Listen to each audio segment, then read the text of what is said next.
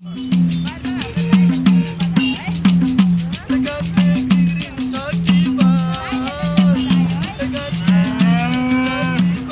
early morning in Kathmandu, the capital of Nepal, a small country sandwiched between India and China. Dr. Shankar Rai is on his way to work. He's got a lot to do. Patients to see, operations to perform, doctors to train. A lot of people depend on Dr. Rai. His waiting room is already full. The doctor's a plastic surgeon, specializing in cleft palates and burns. He's well known in Nepal and internationally for helping poor people and charging them nothing. Without Dr. Rai, many of these people would have no health care at all. And then the parents told they are mistreating her in the village. She cannot go to school. Everybody hates her. And then she started crying. Yeah, we operated, and then it was reported in the journal. And so. Dr. Rai is on his way again, this time to a new hospital, one Jim Weber helped him build. He was operating out of a pretty old, antiquated hospital. His initial exam room was an office with books and magazines spread around, and he'd bring kids in and look at their burns or their cleft lips. Weber, who manufactures Tibetan rugs in Kathmandu, runs a charitable organization dedicated to getting the hospital up and running. He considers Nepal his spiritual home and wanted to give something back to the country. So far, he's raised over $500,000. We hatched this idea back in 2002 to build him and his team a physical facility to operate out of. It's called the Nepal Cleft and Burn Center, and it's not yet officially open. But patients can't wait, so the burn ward is up and running. Dr. Rai works with a team, 9 surgeons with different specialties and a staff of 50. The equipment and surgical gowns were provided by Weber's non-profit organization, also called the Nepal Cleft and Burn Center. We've shipped to date 6 40-foot containers full of medical equipment to Nepal, for which we pay less than 10 cents on the dollar. Weber has also teamed up with another charity, Research International, to cover the costs to the patients. They don't have to buy the medications, they don't have to pay for the bed, they don't have to pay for the surgery. But if this surgery has to be done in a private hospital, it would cost them a fortune. The beds in the burn ward are filled with patients from all over the country. It took days for some of them to get here, walking on trails, riding on buses over dirt roads. While she was only 2 months old, her mother was holding her to make a warm in front of the fire, and she kind of slipped from the hands of the mother onto the fireplace. But she needs many more operations in the future. One patient has frostbite, another was electrocuted. This little artist was burned when she fell into a vat of hot oil. She's looked herself at the mirror and she's very happy now. Every week, Dr. Rai tries to visit a clinic outside of Kathmandu. Today, he's on his way to one in Pokhara, Nepal's second largest city. Along the way, he stops to check up on patients. So many burn injuries, so many, one after the other, one after the other.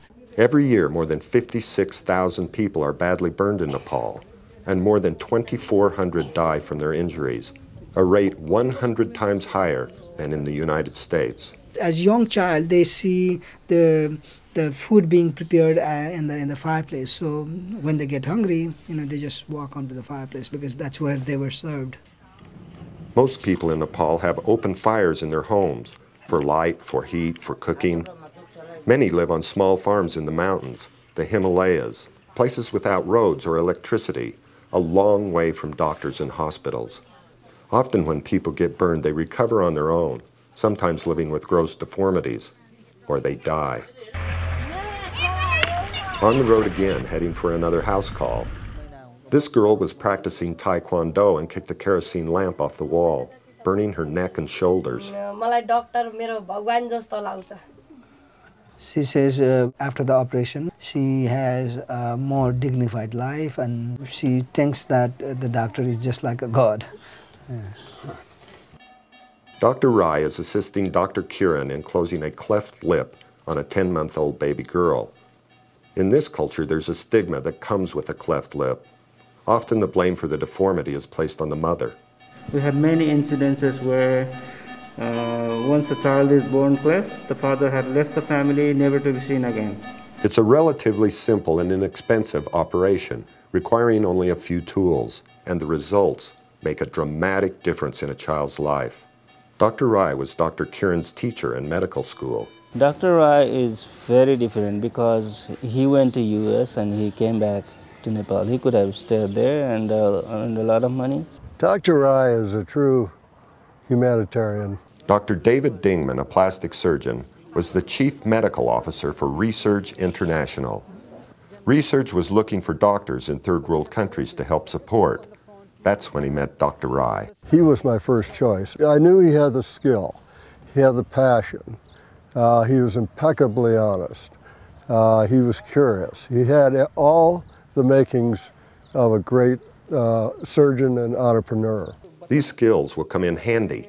The hope for the new hospital is that it will be run by and for the citizens of Nepal. That's our goal, is for this facility to be operated and staffed by Nepali physicians to help the poor of Nepal.